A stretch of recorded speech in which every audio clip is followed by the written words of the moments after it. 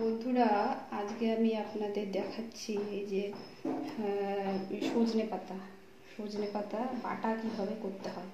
এটা খাওয়া যেমন হচ্ছে উপকারী, শরীরের জন্য যেরকম ভীষণ উপকারী, সেরকম খেতেও ভীষণ টেস্টি হয়।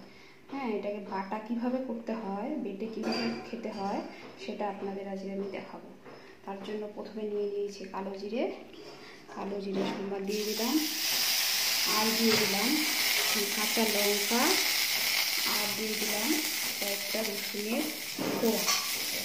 আর কিছু দিতে হবে না বন্ধুরা, তার মধ্যে হচ্ছে ছেড়ে দিতে হবে এই সমস্ত সজনে পাতাগুলো। তারপর সামান্য একটু লবণ দিয়ে এটাকে ঢেকে দিতে হবে। ঢেকে দিলে এটা আস্তে আস্তে সেদ্ধ হতে থাকবে। সেদ্ধ হয়ে গেলে তারপরে এটাকে হচ্ছে বেটে মিহি করে বেটে সুন্দর করে গরম ভাতের সঙ্গে খেতে ভীষণ ভালো লাগে। কারণ এটাকে আমি এখন ঢেকে দিচ্ছি।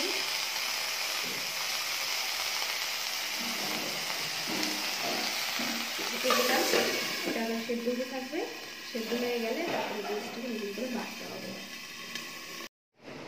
দেখুন বন্ধুরা, আমার সজনে পাতা কি সুন্দর সেদ্ধ হয়ে গেছে।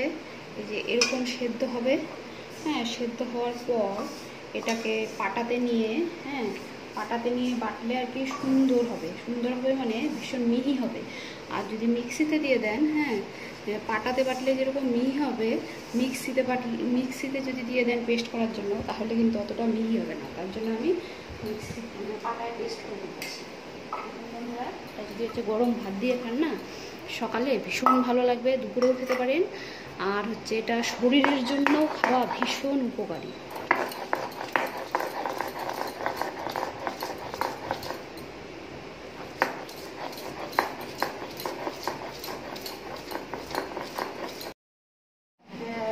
বেটে তো ফেলেছি। হ্যাঁ, এখন দেখুন কত সুন্দর মিহি হয়েছে। এটা যদি মিক্সিতে পেস্ট করা যেত তাহলে এরকম মিহি হতো না। আর অল্পই সজনে পাতা পেয়েছিলাম, তার জন্য অল্পই হয়েছে বন্ধুরা। এর মধ্যে হচ্ছে লাস্টে একটু হচ্ছে পেঁয়াজ মিক্সচার করে নেবেন, আর সঙ্গে দিয়ে দেবেন একটু সর্ষের তেল দিয়ে, তারপরে এই মিহি করে যে বাটা জিনিসটি তৈরি হয়েছে, হ্যাঁ, সেটা হচ্ছে ভালো করে মেখে নিয়ে গরম ভাতের সাথে খাবেন। দেখবেন খেতেও যেরকম টেস্টি, সেরকম শরীরের জন্য ভীষণ উপকারী। আয়রন তো আছেই, ক্যালসিয়ামও আছে, আরও অনেক কিছু উপকারী জিনিস রয়েছে।